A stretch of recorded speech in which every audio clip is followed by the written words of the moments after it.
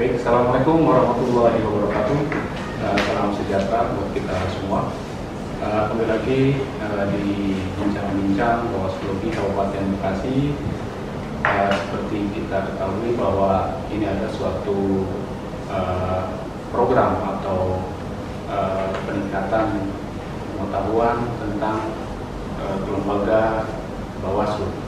Bawaslu Badan Pengawas Pemilihan Umum, dari mulai jenjang pusat Bawaslu Republik Indonesia, kemudian Bawaslu Provinsi sampai dengan Bawaslu Kabupaten dan Kota. Baik, alhamdulillah hari ini pada kesempatan kali ini kita sudah hadir, yaitu yang terhormat Bapak Abdullah SSTP. Beliau adalah Ketua Bawaslu Provinsi Jawa Barat. Selamat datang Bapak. Assalamualaikum. Waalaikumsalam. Perkenalkan Pak. Alhamdulillah. Baik. Terima kasih. Baik. Sebelum kita berbincang terkait dengan apa Bawaslu, tugas pokok dan fungsinya, bahwa Bawaslu sendiri khususnya di Kabupaten Bekasi itu termasuk baru 2018 bulan Agustus kita dibentuk sebagai lembaga permanen. Sebelumnya kita menjadi lembaga masih ad hoc. Alhamdulillah sekarang sudah berjalan menjadi lembaga permanen, tentunya dengan didasari oleh regulasi dan Undang-Undang 7 2017 tentang pemilihan umum. Baik, menurut Pak Ketua terkait dengan Bawaslu, poin penting sebagai lembaga penyelenggara pemilu khususnya di Provinsi Jawa Barat, menurut Pak Ketua bagaimana ini? Baik, saya menyapa dulu. Assalamualaikum warahmatullahi wabarakatuh. Selamat siang sahabat Bawaslu, sahabat Bawaslulogi, Bawaslu Kabupaten Bekasi. Ini saya apresiasi Pak Bawaslu Kabupaten Bekasi dalam mengkreat program Bawaslulogi. Hari ini positif dalam sebagai wadah sharing dan diskusi kita soal kepemiluan, kepengawasan pemilu, dan khususnya juga soal kebawasluan. Jadi Bawaslu ini dibentuk di 2008 sesuai resmi kelembagaannya. Di 2000 lalu juga untuk Bawaslu Kabupaten Kota memang mulai permanen di 2018. Jadi pada 15 Agustus 2018, yang sebelumnya status Badan Pengawas Pemilu Kabupaten itu ad hoc apa namanya, bekerja sementara hanya di dalam tahapan. Nah sekarang sudah permanen, 1 periode 5 tahun. Tapi yang perlu dilihat, kenapa harus ada Badan Pengawas Pemilu? Kalau dilihat dari sejarah dulu, Indonesia ini kan sudah hampir 12 kali pelaksanaan pemilu. Betul. Dan dalam sejarah pemilu ada beberapa proses pemilu yang dirasa publik demokratik, karena ada banyak kecurangan, ada banyak intervensi.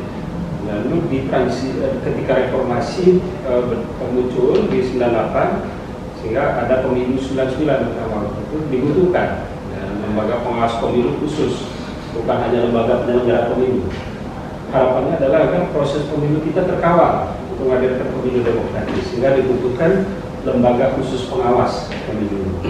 Nah inilah sejarah lahirnya, sehingga lambat laun kemudian terlembaga secara formal, melembaga menjadi Badan Pengawas Pemilu. Nah itu sejarah hadirnya kelembagaan yang tupoksi secara undang-undang.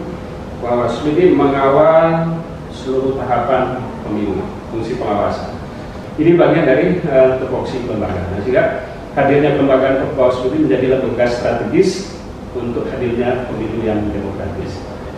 Nah, ada satu jargon juga yang kita punya, bersama rakyat awas pemilu, bersama Bawaslu tegak keadilan pemilu. Filosofisnya adalah bahwa Bawaslu tidak bisa sendiri juga pengawas pemilu. Nah, sehingga kita perlu membangun gerakan pengawas partisipatif.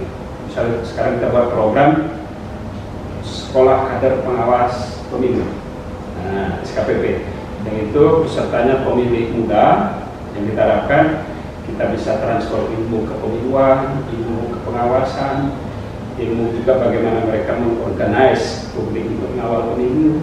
Nah Nah inilah bagian dari cara kita bersama publik tadi mengawal, sehingga mereka ketika turun ke masyarakat bisa menjadi mitra strategis Bawaslu nanti. Nah termasuk kerja-kerja kita memperkuat di level masyarakat, ada kelompok keagamaan, ya, lintas agama kita undang juga untuk sharing isu-isu kepentingan. Nah bagian dari kita sinergi dengan publik tadi ditambah di internal kelembagaan penguatan soal fungsi pengawasan, penegakan hukum, dan fungsi peradilan. Baik, terkait apa dengan Bawaslu, mungkin kita tertarik secara kelembagaan, gitu, Pak. Jadi mungkin banyak di sana masyarakat luas tidak mengenal apa itu Bawaslu. Nah, secara kelembagaan masyarakat melihat kenapa di Bawaslu Republik Indonesia ada apa struktur organisasi berbeda-beda dari mulai atas sampai dengan jenjang kabupaten. Kita ketahui bahwa di RI itu terdapat 5 anggota komisioner, lalu di provinsi ada 7, ada yang 5, nah, sampai kabupaten malah ada yang 3 dan yang benar. Sebagai bentuk tambahan pengetahuan bagi masyarakat secara kelembagaan, kenapa bisa sampai terjadi perbedaan jumlah struktur organisasi komisioner. Jadi Bawaslu itu Badan Pengawas Pemilu sebagai bentuk lembaga kuasi negara independen, state auxiliary body. Jadi dalam hukum tata negara kita merupakan lembaga negara mandiri yang berbeda dengan kementerian atau lembaga yang ada di bawah pemerintah. Nah kita teknis pembentukannya pun khusus, ada undang-undang yang dibuat khusus untuk pembentukan kelembagaan baik itu Bawaslu ataupun KPU sebagai penyelenggara pemilu. Sehingga kita disebut sebagai state auxiliary body itu karena ada kekhususan juga spesial, sehingga misal syarat untuk menjadi anggota Bawaslu punya kriteria. Misal kita tidak boleh menjadi bagian dari anggota partai politik.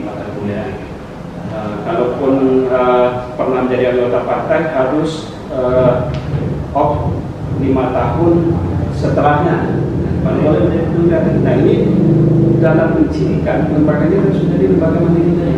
Nah, dan bagaimana menciptakan lembaga mandiri harus ada aktor yang betul-betul mandiri, bukan menjadi bagian dari penyelenggara tadi, bagian dari peserta pemilu. Di Badan Pengawas Pemilu ini lembaga negara yang dibentuk ada sesuai tingkatan. Di pusat ada Bawaslu RI, di Bawaslu Provinsi ada Bawaslu Provinsi, di tingkat kabupaten kota ada Bawaslu Kabupaten Kota. Itu yang permanen. Nah, nanti ada yang dibentuk di saat ada tahapan yang sifatnya ad hoc atau sementara.